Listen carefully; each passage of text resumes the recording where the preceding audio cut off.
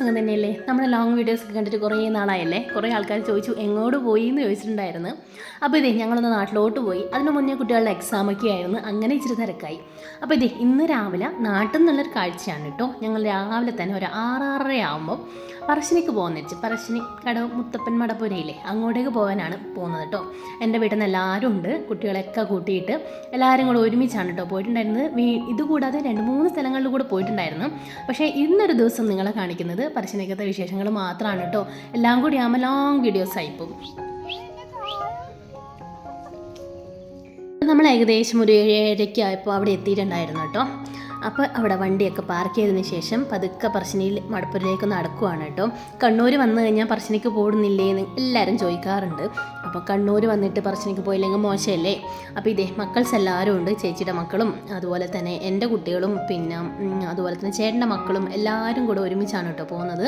ഒരു family vlog എന്നൊക്കെ പറയാം. എല്ലാവരും കൂടെ ഒരുമിച്ചാണ് പറശ്ശിനിക്ക് പോകുന്നത്. അപ്പം കുട്ടികളൊക്കെ നല്ല ഹാപ്പിയാണ് കേട്ടോ. അവർക്ക് വെക്കേഷനും കൂടിയല്ലേ, അതുകൊണ്ട് എവിടെയെങ്കിലും ഇതുപോലെ കറങ്ങാൻ കൊണ്ടുപോകുന്നതൊക്കെ അവർക്ക് ഭയങ്കര കാര്യമാണ്. കുറേ നാളായി, കുട്ടികളൊക്കെ ചെറുതായതുകൊണ്ട് നമ്മൾ ഇതുപോലെയുള്ള ട്രിപ്പുകളൊക്കെ ഒഴിവാക്കിയിരിക്കുമായിരുന്നു. ഇപ്പോൾ അവരൊക്കെ ഇച്ചിരി ആയി, അതുകൊണ്ട് ഇനിയിപ്പം പോകുന്നതിന് കുഴപ്പമില്ല എന്ന് വിചാരിക്കുന്നു.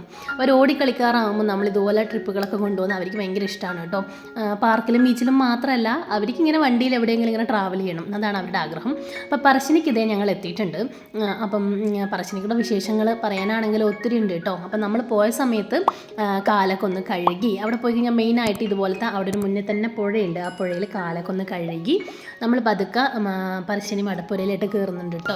നമ്മൾ രാവിലെ തന്നെ എത്തിയതുകൊണ്ട് തന്നെ വലിയ തിരക്കൊന്നും ഉണ്ടായില്ല കേട്ടോ. ഈ ഒരു ദിവസം എന്ന് പറയുന്നത് വേഗം തന്നെ തൊഴാനൊക്കെ പറ്റി. ചില ദിവസങ്ങളിൽ നല്ല തിരക്കായിരിക്കും. പിന്നെ ആ സമയത്ത് അവിടെ മുത്തപ്പൻ വെള്ളാട്ടം ഇതുപോലെ കെട്ടി ആടാനായിട്ടുള്ള തയ്യാറെടുപ്പായിരുന്നു. പിന്നെ മുത്തപ്പൻ്റെ സ്വന്തം സഹചാരിയായ നായകൾ ചുറ്റമ്പലത്തിൻ്റെ അവിടെ എവിടെയാക്കിയിട്ടും പിന്നെ പുറത്തും അതുപോലെ തന്നെ ഇരിപ്പുണ്ടായിരുന്നു കേട്ടോ.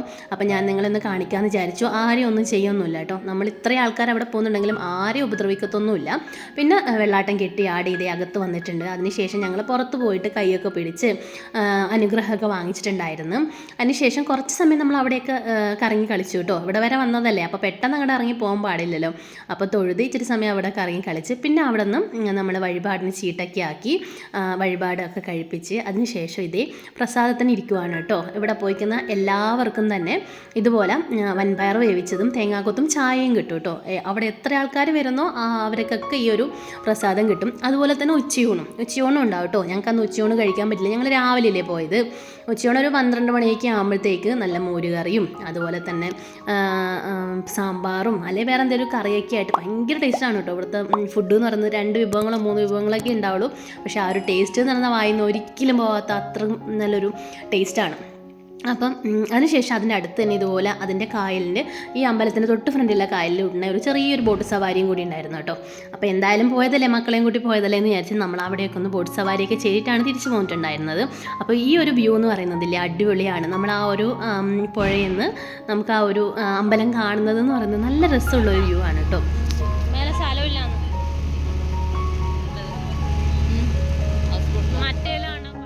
അപ്പം കുട്ടികൾ എന്തായാലും സന്തോഷത്തിലാണ് കേട്ടോ. അവർക്കൊരു കുഞ്ഞൊരു ട്രിപ്പും കൂടി ആയല്ലോ. അമ്പല ദർശനം മാത്രമല്ല ഇതുപോലെ ബോട്ടിങ്ങും കാര്യങ്ങളൊക്കെ ആയപ്പോൾ അവർ നല്ല ഹാപ്പിയാണ്. അപ്പം കുറച്ച് സമയം ബോട്ടിങ്ങിനൊക്കെ പോയിട്ട് നമ്മൾ തിരിച്ച് ഇറങ്ങി കേട്ടോ, കരയിലോട്ട് ഇറങ്ങിയിട്ടുണ്ടായിരുന്നു. അപ്പം ഇതൊക്കെയാണ് നമ്മുടെ പറശ്ശിനിക്കത്തെ വിശേഷങ്ങൾ എന്ന് പറയുന്നത്. അതിനുശേഷം നമ്മൾ കുറേ സ്ഥലത്ത് പോയിട്ടുണ്ടായിരുന്നു കേട്ടോ. ഇതുപോലെ നമ്മൾ താഴെ കുറച്ച് സമയം ഇരുന്ന് അത് കഴിഞ്ഞ് മുകളിൽ കയറിയിട്ട് മുകളിലത്തെ വ്യൂ ഒക്കെ കുറച്ച് സമയം കണ്ടിട്ടോ. പിന്നെ മുകളിൽ നിന്ന് പോകുമ്പോഴാണ് നല്ലൊരു ഭംഗി ഉണ്ടാവുക. പിന്നെ നമ്മൾ ബോട്ടിൽ നിന്ന് ഒരു പറശ്ശിനി ക്ഷേത്രം കാണാൻ തന്നെ പ്രത്യേക ഒരു ഭംഗിയാണ് കേട്ടോ. ഇതാണ് ഞാൻ പറഞ്ഞത്, ബോട്ടിങ്ങിന് പോകുമ്പോൾ ഇങ്ങനെയുള്ള കാഴ്ചകളൊക്കെ നമുക്ക് മൊത്തമായിട്ട് അങ്ങനെ ആസ്വദിക്കാൻ പറ്റുള്ളൂ.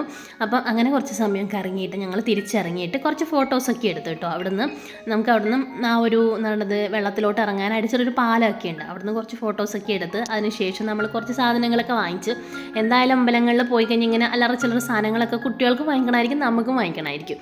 അപ്പോൾ അതൊക്കെ വാങ്ങിച്ചിട്ടാണ് പോന്നിട്ടുണ്ടായിരുന്നത്. അപ്പോൾ അവർ ഹാപ്പി, നമ്മളും ഹാപ്പി.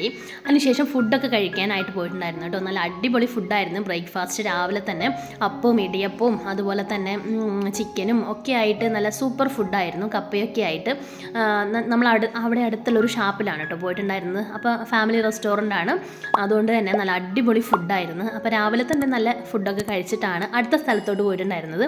അപ്പോൾ അതിൻ്റെ വിശേഷങ്ങൾ ഞാൻ മറ്റൊരു വീഡിയോയിൽ പങ്കുവയ്ക്കാം കേട്ടോ. അപ്പോൾ കുറേ നാളായിട്ട് നിങ്ങൾ കണ്ടിട്ടില്ല എന്ന് പരിഭവം ഇന്ന് മാറ്റാമെന്ന് വിചാരിച്ചു. അപ്പോൾ പുതിയൊരു വീഡിയോയുമായി വീണ്ടും കാണാം. Thanks for watching.